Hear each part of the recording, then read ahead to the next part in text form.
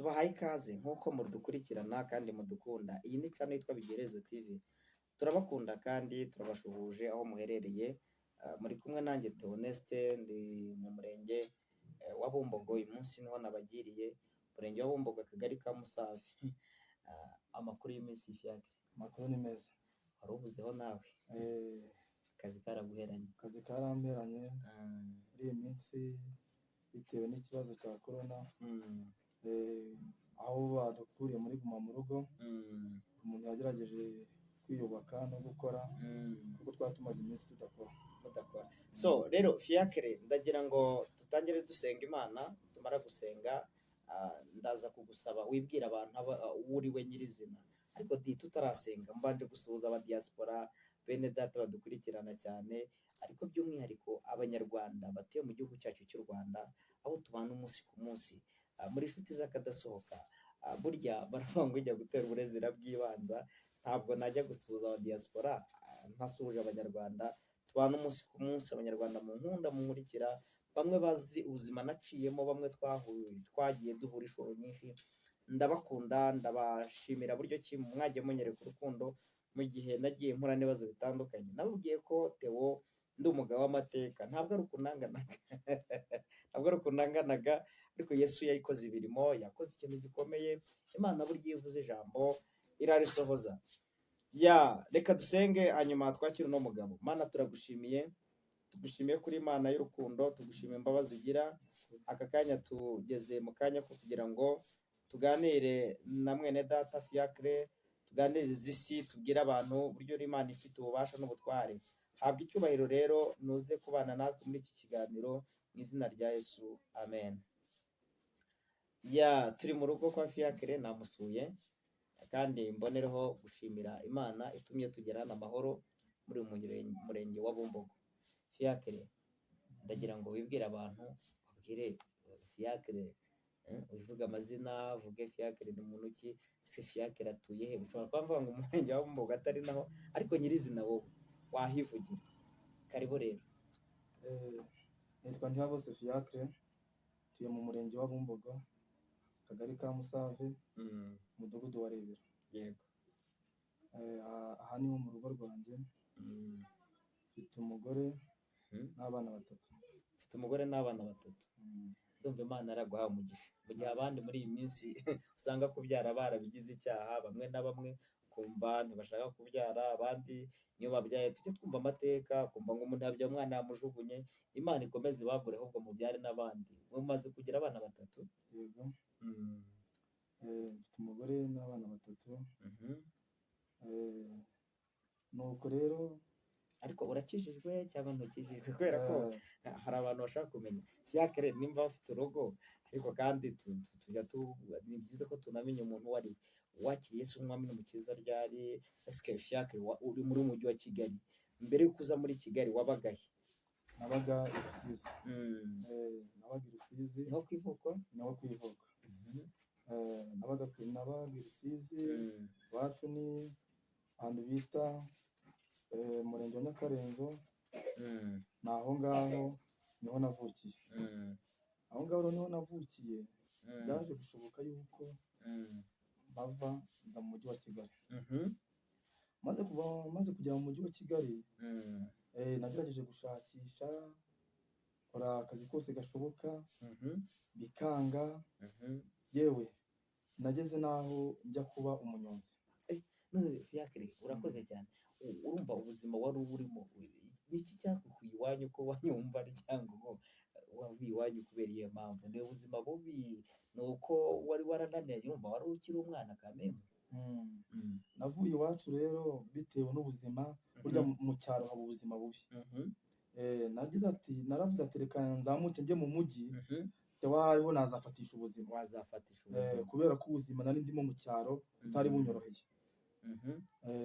Bivuze ngo bano bantu bose benshi baba mu cyaro bajya bashaka guhindura ubuzima, ati nibuze reka nshakishiriza ahandi. Burya iyo uba mu cyaro hari igihe ubuzima bwaho bugucanga, ukavuga ati noneho reka nzamuke njye mu mujyi ndebe ko nahindura ubuzima nanjye, Imana igahindura amateka. Ariko ngira ngo muri iki gihe nk'uko ubibona ahantu hose haba, ariko muri cya gihe wa mugani ubuzima bwari bukakaye, ariko ubu abantu bose ubona barabaye abanyamujyi, Eh, yaba ari abo mu cyaro ubona nta muntu muri iki gihugu cyacu. Tunashimire ubuyobozi bwacu bwiza, leta yacu y'ubumwe, ahantu henshi henshi no muri cya cyaro cyari hamwe bitaga ngo muri mbyo mu cyaro cyitwaga herera abandi, ubona abantu bose barasirimutse, nta muntu wava wabo ngo ahinze icyaro waje mu mujyi. Uyu munsi ntibikiriho. oya, uyu munsi ntabwo bikiriho, ariko mbere hari hakiri igiturage, ariko ahantu hose habaye umujyi kubera ubuyobozi bwiza. Ni ukuri. Kubera ubuyobozi bwiza, ahantu hose habaye umujyi, aho Imana itakura umuntu. Bajya bavuga ngo Imana itanga umugisha mu mujyi no mu cyaro. Yego. Harya iyo ndirimbo n'indaririmbyi Ruriya Theo bose babireba, nawe ngo yari yarakubiswe, ariko urumva, muha umugisha.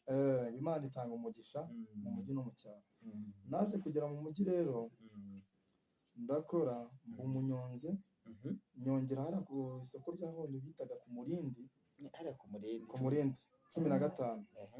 Hose narahakoreraga. narahakoreraga, nkorera igiceri cya senkandi.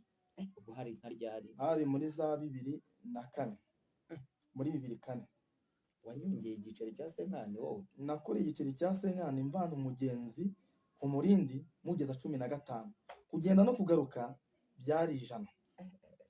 Bano mudukurikiye ntabwo byoroshye. Yewe uyu mugabo numvise amateka ye arantangaza.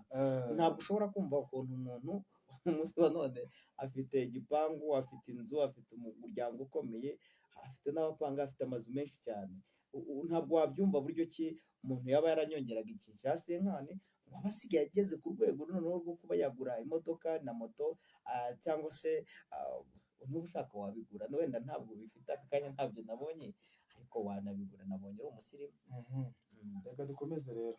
Ubwo ngubwo nakoraga igiceri cya senkandi, noneho nkavuga ati ubu buzima nabwo ndabona butoroshye, ariko Imana yaje kumuha umugisha kuri icyo giceri, nza kugura amagare 6. Amagare 6. Kuri cya giceri Imana yarakizamuye iragikuba, noneho mpereza abandi bahungu, bahereza amagare, bakajya bamvereza, bakajya bambereza amafaranga buri cyumweru. Hari igihe bamberezaga igare rimwe rikama nk'ibihumbi 3 gutyo. Imana igumye nzamura muri ubwo buryo, kugeza ubwo naje gukora ubukwe. Waje gukora ubukwe ndi umunyonzi. Abantu benshi birabatangaza, baravuga ati ntibishoboka, ni gute umunyonzi yakora ubukwe? Ariko Imana ikura kure. Haleluya. Imana ikura kure. Imana yaje kungirira neza, nkora ubukwe bwiza muri za 2008. 2008 wubatse urugo. Niho nubatse urugo. Ubwo se kubera ko ari umunyonzi ufiyasa fiyanse wawe cyangwa sheri wawe uyu munsi wa none mu bana, ntabwo yagusuzuguye avuga ati ibyo byose ntabwo nakundana n'umunyonzi, cyangwa se yavuga ati n'umunyonzi azamarira iki, ko mbona ari umunyonzi ubu yamarira iki? Wenda dusangize kuri ubwo buzima bw'urugendo rwanyu rwo gufiyasa. Yaragukunze kandi ari umunyonzi? Ibyo nabyo rero ni ubuhamya burebure. Ubwo ngubwo naramurambagije, amaze kumurambagiza aragenda abibwira iwabo, amaze kubibwira iwabo ati ntibishoboka. Ni gute umunyonzi yatunga urugo? Ntibishoboka. Ati hoya, ati umunyonzi ntabwo yatunga urugo, tumenyereye yuko abantu batunga urugo ari abantu baba bafite imodoka, abantu b'abakire, mbese aravuga ati wapi. Ariko kubera ko yari yankunze, agenda abibwira iwabo, amaze kubibwira iwabo avuga ati hoya, ati byanjye bikunde, njye naramukunze, nubwo yaba ari umufundi, nubwo yaba nta kazi afite, ndamwemera, cyangwa nuko twakundanye. Numva uwo mugore wawe yaraguye, fiyasa yagukunda, urumva, atitaye ko wari umunyonzi. Yitaye yuko nari umunyonzi, ahubwo yaragiye abibwira iwabo, yabigezeyo iwabo, amaze kubibabwira, nta muryango yagiraga, aho yari imfubyi, nta se na nyina yagiraga, yari afite base wabo. Tukiri aho ndagira ngo dushimire abanyonzi bose bakora akazi ko kunyonga, mwubahwe, namwe muzabagirira neza, tunabasuhuze. Ni ukuri tubasuhuze, kandi bari abagabo bakora akazi katoroshye kandi gakomeye pe. Uzi kunyongera igiceri cy'100 cya senkani, twanyongeraga senkani twebwe, tuvana umugenzi 10 ku Murindi tumugeza 15, cyangwa igiceri cya senkani wasubirayo akaba ari 100. n'ubwo buzima bwari nari ndimo. ubuzima bukomeye. Eh, Ariko Yesu aragufasha. ariko Yesu aramfasha ampa umugisha. Icyo gihe nyine nibwo wari utangiye kumbaza ikibazo cy'umudamu atese yaje kukwemera uri umunyonzi, byagenze gute, byaciye mu zihe nzira. Urumva naramurambagije aranyemera. Burya urukundo nubwo byaba bimeze gute yagukunze, n'uwo ukaba yagukunze. Twaje kubana dukora ubukwe bwiza cyane muri 2008. Imana niho yanyubakiye urugo ndi umunyonzi. Imana iza kunzamura. Tumaze gukora ubukwe Imana yagumye kudufasha. Ntabwo Imana yandetse, yagumye kubana nanjye. Imana ishimwe. Fiacre, nyuma y'uko ukoze ubukwe, ubuhamya bwawe ni burebure. Mukiri Cyangugu byumvikane neza ko wari mu buzima bubi, ubuzima bw'ubukene, gusa kugira ubwenge bati wajya kwishakishiriza i Kigali. Ugeze i Kigali Imana gukomeza kuguha ubwenge, uza kuba umunyonzi, ariko ufite intego yo kuvuga ngo mpindure amateka. Nibutse abantu ahantu ikintu, harimo isomo rikomeye. Umuntu wese ubuzima bwe niwe abuha orientation, niwe abuha icyerekezo. Uko ushaka kuba niko uzaba. Icyo kintu ndumva aricyo nabwira abantu. Nimba ushaka ko watera imbere uzatera imbere, ariko nushaka guhora mu buzima bwo gutekereza bwo kuba hasi uzaba gutyo nyine. Dushimire Fiacre. Ndagira ngo udusangize amateka nyuma y'uko ukoze ubukwe. Bwa buzima wasubiye kunyonga ni iki noneho wavuga ngo nahereyeho, cyangwa se umugore ni iki yampinduyeho? Urumva donc iyo umuntu yubatse urugo hari ibindi bihinduka. Uzana ubwenge bwawe n'umudamu akazana ubwe. Uyu munsi wa none mugeze kuki, cyangwa se ni iki kugeza muri icyo gihe? Uratubwiye ngo wakoze ubukwe bwiza. Yes, nanjye nabubonye, nabonye ari sawa rwose, nabonye mu mafoto, nabonye kandi ufite n'umugore mwiza wakira abantu neza, yatwakiriye. Murabona ko meze neza rwose, nanjye yafashe neza. Muri ubwo buryo inshuti yanjye kandi bakunzi ba Bigirezo TV mudukurikiranye, rero tubabwire ko uyu mugabo ni umugabo pe wihanganye, yamenya buryo ki, ariko akoresha n'ubwenge bwe. Twigisha abantu, tubwire abantu ibintu by'Imana, ariko tujye no mu buzima busanzwe. Twigisha abantu gukora, twigisha abantu kwiteza imbere.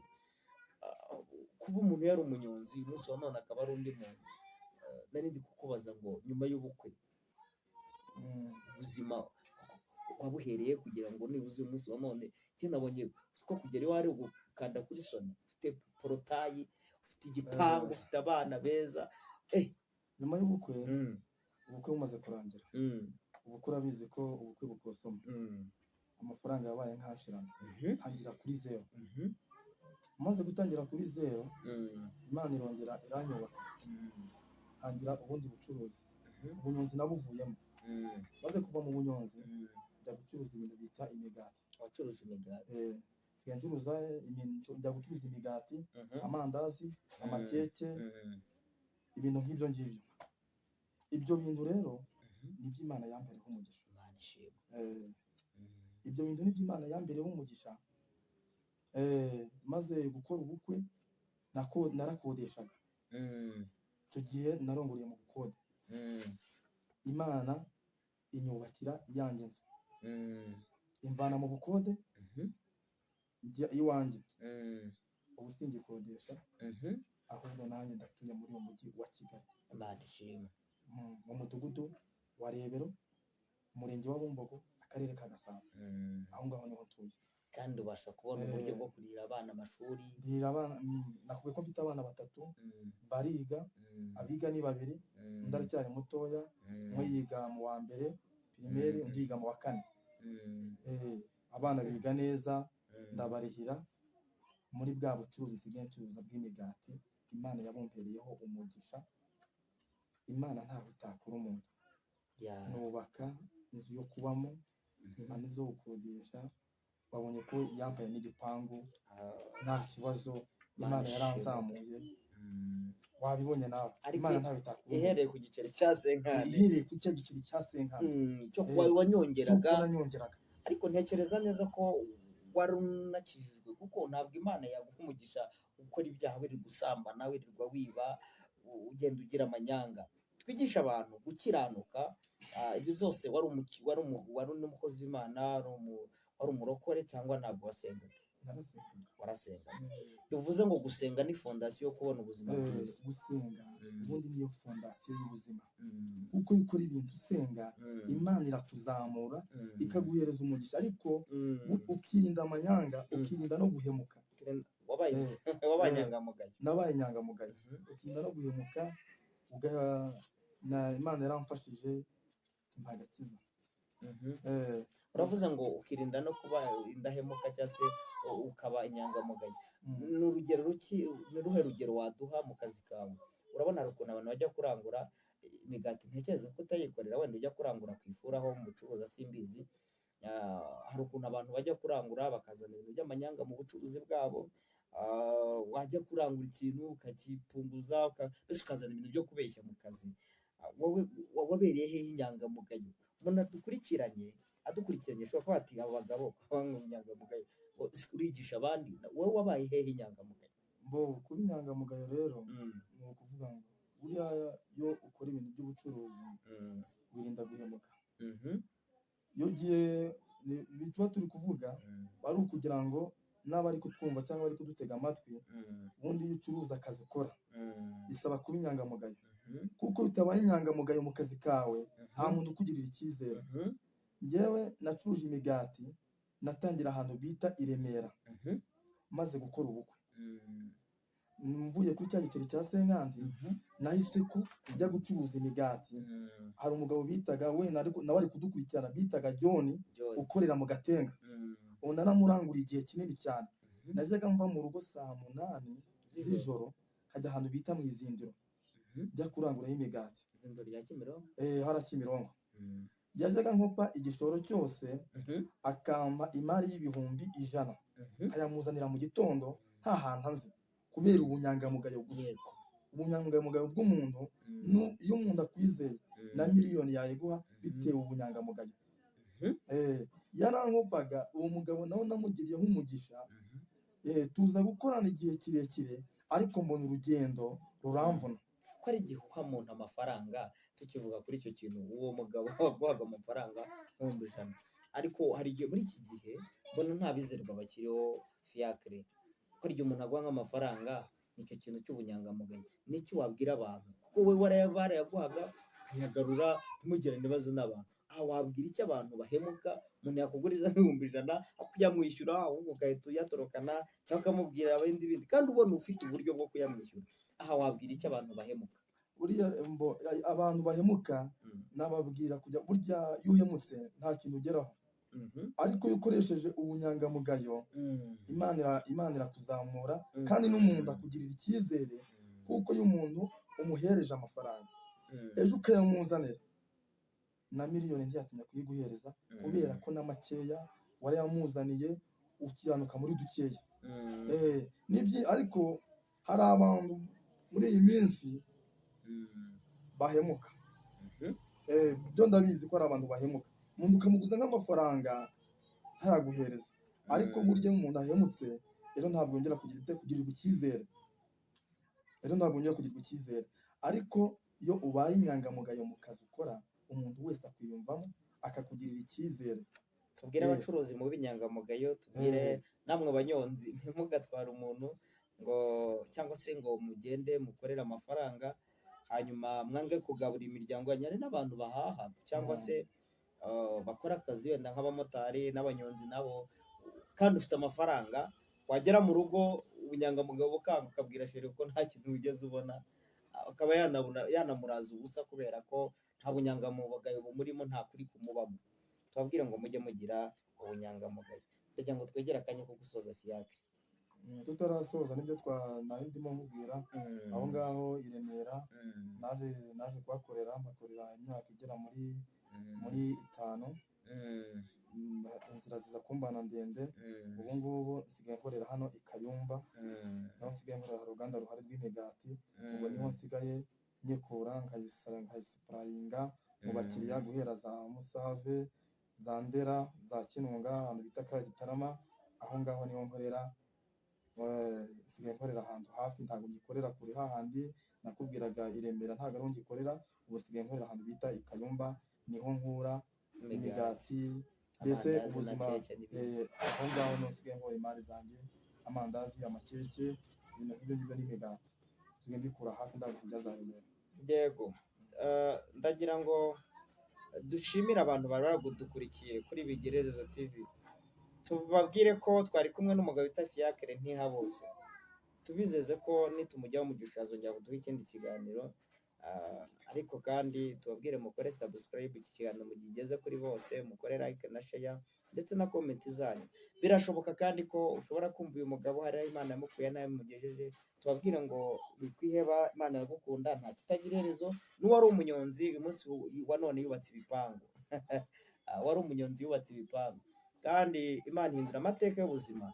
Fiacre, birashoboka ko umuntu ashobora kugukenera, ashaka kumuzanira umugati, ashaka kumuzanira amandazi, se watanga nimero de telefone ku buryo umuntu ashobora kugukenera akakubwira ati mperereye ahanzanira. Nta kibazo kuko uruganda dukoramo rwitwa Baking Home. Nomero yanjye ya telefoni ni 078 73 39 54. Wayisubiramo? Nomero yanjye ya telefoni 078 8 73 39 54. Tubashimire mwe mwari mudukurikiye kuri Bigirerezo TV, Imana ibahe umugisha muri inshuti z'akadasohoka, ntimukabure umugisha, isha n'ihirwe bijya kuri mwe. Twari mu rugo, niyo mpamvu mwumvamo n'urusaku rw'abana, ariko kandi tubabwire ngo mwige gukora neza, mwirinde gukora nabi. Imana ifite umugisha, izawubaha. Imana ibarinde, mugire ishya n'ihirwe, mpagarike n'ubugingo. Amen, amen. Ciao, ciao, hasta la vista.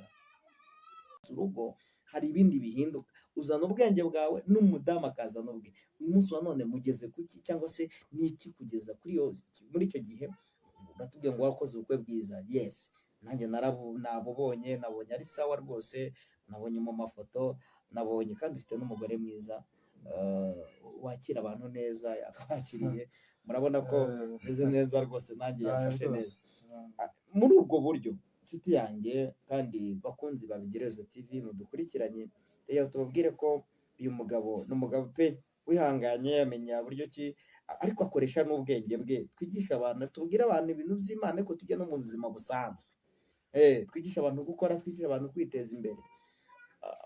Kuba umuntu yari umunyonzi uyu munsi wa none akaba ari undi muntu, nari ndi kukubaza ngo nyuma y'ubukwe ubuzima wabuhereye kugira ngo nibuze uyu munsi wa none, njye nabonye ko kugera iwawe gukanda kuri soni, ufite porotayi, ufite igipangu, ufite abana beza.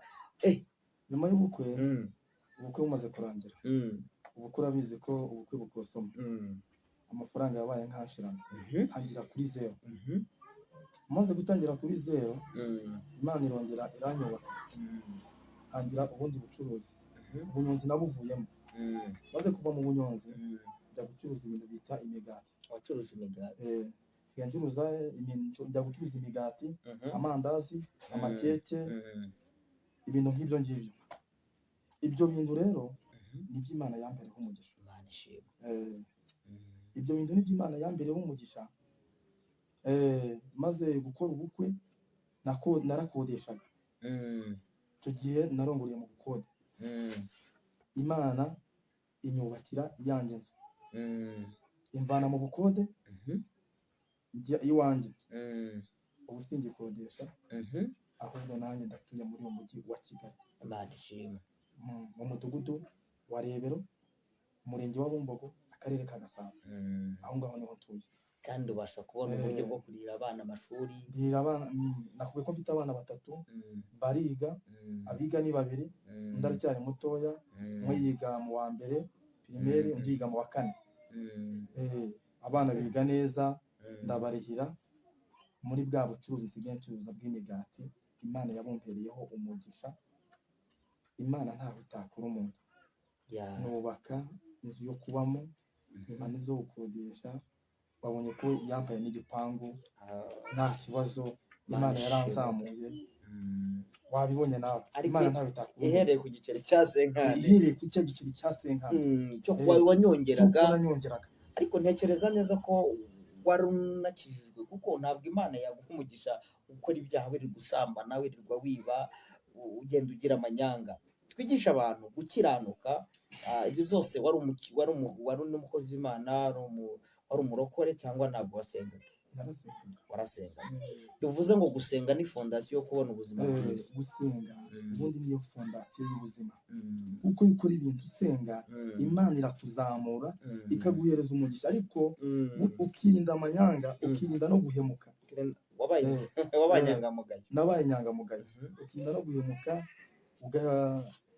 Imana yaramfashije impagakiza. Uravuze ngo ukirinda no kuba indahemuka cyangwa se ukaba inyangamugayo. Ni uruhe rugero waduha mu kazi kawe? Urabona hari ukuntu abantu bajya kurangura imigati, ntekereza ko utayikorera, wenda ujya kurangura ku ifuru aho mu bucuruzi simbizi. Hari ukuntu abantu bajya kurangura bakazana ibintu by'amanyanga mu bucuruzi bwabo. Wajya kurangura ikintu ukagipunguza, mbese ukazana ibintu byo kubeshya mu kazi. Wowe wabereye hehe inyangamugayo? Umuntu adukurikiranye ashobora kuba ati abo bagabo banywa inyangamugayo, urigisha abandi. Wowe wabaye hehe inyangamugayo? Kuba inyangamugayo rero ni ukuvuga ngo buriya iyo ukora ibintu by'ubucuruzi wirinda guhemuka. Iyo ugiye tuba turi kuvuga ari ukugira ngo n'abari kutwumva cyangwa bari kudutega amatwi, ubundi iyo ucuruza akazi ukora bisaba kuba inyangamugayo, kuko utabaye inyangamugayo mu kazi kawe nta muntu ukugirira icyizere. Njyewe nacuruje imigati, natangira ahantu bita i Remera maze gukora ubukwe. Mvuye kuri cya giceri cya senkandi nahise ko njya gucuruza imigati. Hari umugabo bitaga nawe ari kudukurikirana bitaga John ukorera mu Gatenga. Ubu naramuranguriye igihe kinini cyane. Najyaga mva mu rugo saa 8 z'ijoro nkajya ahantu bita mu Izindiro njya kuranguraho imigati. Izindiro rya Kimironko? Hara Kimironko. Yajyaga nkopa igishoro cyose akampa imari y'ibihumbi 100 nkayamuzanira mu gitondo nta hantu nzi, kubera ubunyangamugayo gusa. Ubunyangamugayo bw'umuntu, iyo umuntu akwizeye na miliyoni yayiguha bitewe ubunyangamugayo. Yarankopaga, uwo mugabo nawe namugiriyeho umugisha. Tuza gukorana igihe kirekire, ariko mbona urugendo ruramvuna. Ko ari igihe uha umuntu amafaranga, tukivuga kuri icyo kintu, uwo mugabo waguhaga amafaranga 100,000, ariko hari igihe muri iki gihe mbona nta bizerwa bakiriho Fiacre. Ko igihe umuntu aguha nk'amafaranga, nicyo kintu cy'ubunyangamugayo. N'icyo wabwira abantu, kuko we warayaguhaga ukayagarura ntimugirane ibibazo n'abantu. Aha wabwira icyo abantu bahemuka, umuntu yakugurira 100,000 kuyamwishyura ahubwo ugahita uyatorokana cyangwa ukamubwira ibindi, kandi ubona ufite uburyo bwo kuyamwishyura. Aha wabwira icyo abantu bahemuka? Buriya abantu bahemuka nababwira kujya, burya iyo uhemutse nta kintu ugeraho, ariko iyo ukoresheje ubunyangamugayo Imana irakuzamura, kandi n'umuntu akugirira icyizere, kuko iyo umuntu umuhereje amafaranga ejo ukayamuzanira na miliyoni ntiyatinya kuyiguhereza, kubera ko na makeya warayamuzaniye ukiranuka muri dukeya. Ariko hari abantu muri iyi minsi bahemuka. Byo ndabizi ko hari abantu bahemuka, umuntu ukamuguza nk'amafaranga ntayaguhereza, ariko burya iyo umuntu ahemutse ejo ntabwo yongera kugirirwa icyizere. Ariko iyo ubaye inyangamugayo mu kazi ukora, umuntu wese akwiyumvamo akakugirira icyizere. Tubwire abacuruzi mu b'inyangamugayo, tubwire namwe abanyonzi, ntimugatware umuntu ngo cyangwa se ngo mugende mukorere amafaranga hanyuma mwange kugaburira imiryango yanyu. Hari n'abantu bahaha cyangwa se bakora akazi wenda nk'abamotari n'abanyonzi nabo, kandi ufite amafaranga, wagera mu rugo ubunyangamugayo bukanga ukabwira sheri ko nta kintu wigeze ubona, akaba yanamuraza ubusa kubera ko nta bunyangamugayo bumurimo, nta kuri kumubamo. Tubabwire ngo mujye mugira ubunyangamugayo. Kugira ngo twegere akanya ko gusoza Fiacre. Tutarasoza nibyo nari ndimo nkubwira, aho ngaho i Remera naje kuhakorera, mpakorera imyaka igera muri 5. Inzira ziza kumbana ndende. Ubu ngubu nsigaye nkorera hano i Kayumba, naho nsigaye nkorera uruganda ruhari rw'imigati. Ubwo niho nsigaye nyikura nkayisipurayinga mu bakiriya, guhera za Musave, za Ndera, za Kinunga, ahantu bita Gitarama. Aho ngaho niho nkorera. Nsigaye nkorera ahantu hafi, ntabwo ngikorera kure hahandi nakubwiraga i Remera ntabwo ariho ngikorera, ubu sigaye nkorera ahantu bita i Kayumba, niho nkura imigati, mbese amandazi na ubuzima keke n'ibindi. aho ngaho niho nsigaye nkora imari zanjye, amandazi, amakeke, ibintu nk'ibyo ngibyo n'imigati, nsigaye mbikura hafi ndaje kurya za Remera. Yego, ndagira ngo dushimire abantu bari badukurikiye kuri Bigirerezo TV, tubabwire ko twari kumwe n'umugabo bita Fiacre Ntihabose, tubizeze ko nitumujyaho umugisha azongera kuduha ikindi kiganiro, ariko kandi tubabwire mukore subscribe iki kiganiro mugigeze kuri bose, mukore like na share ndetse na comment zanyu. Birashoboka kandi ko ushobora kumva uyu mugabo hari aho Imana yamukuye nawe mugejeje, tubabwire ngo wikwiheba, Imana iragukunda, nta kitagira iherezo. N'uwari umunyonzi uyu munsi wa none yubatse ibipangu wari umunyonzi yubatse ibipangu, kandi Imana ihindura amateka y'ubuzima. Fiacre, birashoboka ko umuntu ashobora kugukenera, ashaka kumuzanira umugati, ashaka kumuzanira amandazi se, watanga nimero de telefone ku buryo umuntu ashobora kugukenera akakubwira ati mperereye ahanzanira. Nta kibazo kuko uruganda dukoramo rwitwa Baking Home. Nomero yanjye ya telefoni ni 078 73 39 54. Wayisubiramo? Nomero yanjye ya telefoni 078 8 73 39 54. Tubashimire mwe mwari mudukurikiye kuri Bigirerezo TV, Imana ibahe umugisha muri inshuti z'akadasohoka, ntimukabure umugisha, isha n'ihirwe bijya kuri mwe. Twari mu rugo, niyo mpamvu mwumvamo n'urusaku rw'abana, ariko kandi tubabwire ngo mwige gukura neza, mwirinde gukora nabi, Imana ifite umugisha izawubaha. Imana ibarinde, mugire ishya n'ihirwe, mpagarike n'ubugingo. Amen, amen. Ciao, ciao, hasta la vista.